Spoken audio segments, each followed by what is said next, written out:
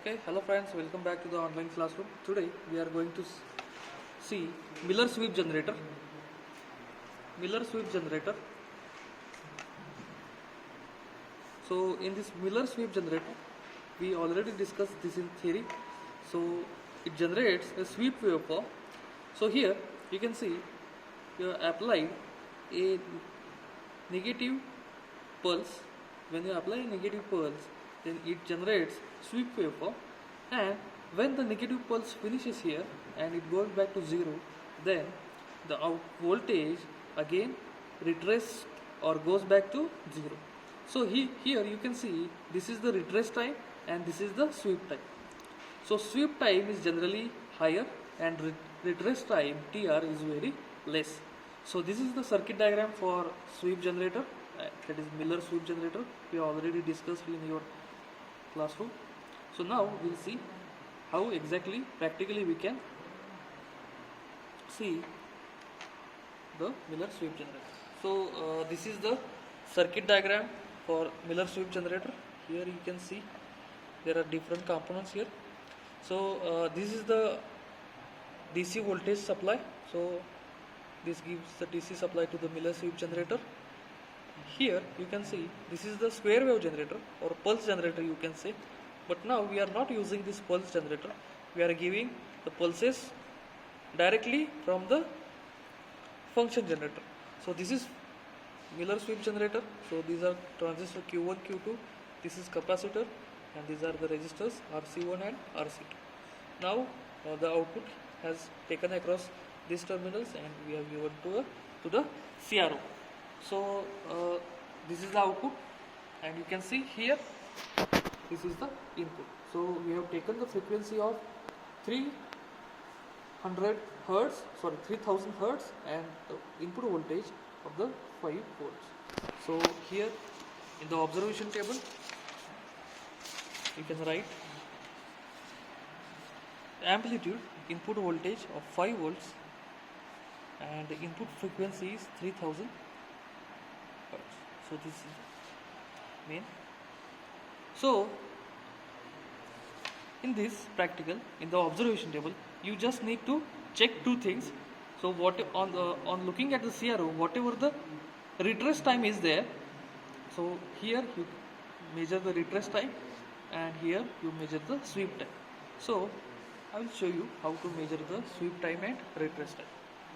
So you can see on the CRO there are some waveform is there. So you can see, so whatever this line you see, so this is your retrace time. So you can see there is some sort of straight line there. So from this point to this point it is a sweep time. So it should be actually this cross, but due to some network circuit issues, this is comes directly here and then it gives a straight line. So this must be this cross. Okay, so we'll check the time or space time between this point to this point for sweep time and this point to this point for retrace time. So I will just change this to voltage knob and I will check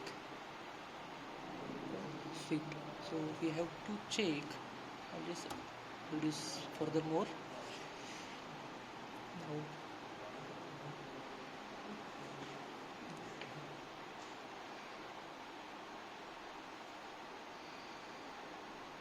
so this is the point from which we have to measure the sweep time up to this point. So I will just change the Y position and you can see.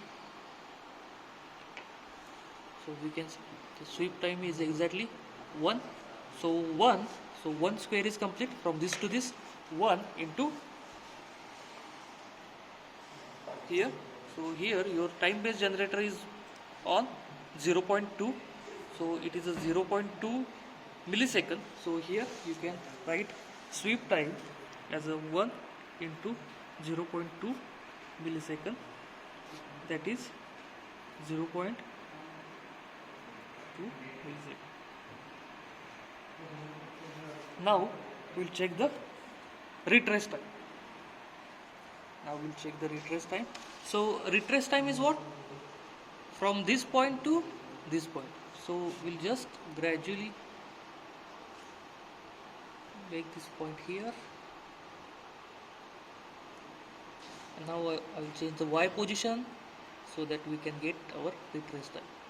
So retrace time is almost 0.2, 0.4, 0.6, 0.7. So it is between 0.6 and 0.8. So I will take it as a 0.7. So we'll take this as a 0.7 into 0.2 milliseconds. So it will be the 0.14 milliseconds. So what is required? That retrace time should be less than sweep time. So we got the retrace time less than sweep time. Now, so this is the practical sweep time. So we now have to calculate the theoretical sweep time. So here, by putting the values of capacitor RC and this beta plus 1. So capacitor is what? 0.01 microfarad. RC is 1 kilo ohm and beta is 50. So beta plus 1. So depending upon that, so these values are fixed. So the theoretical sweep times comes out to be 0.5 milliseconds. So there is a difference between sweep time and retrace time. Practical sweep time and theoretical sweep time. Whether the theoretical sweep time should be 0.5 milliseconds, but actually we are getting only 0.2 milliseconds. So we'll write the results here. So I hope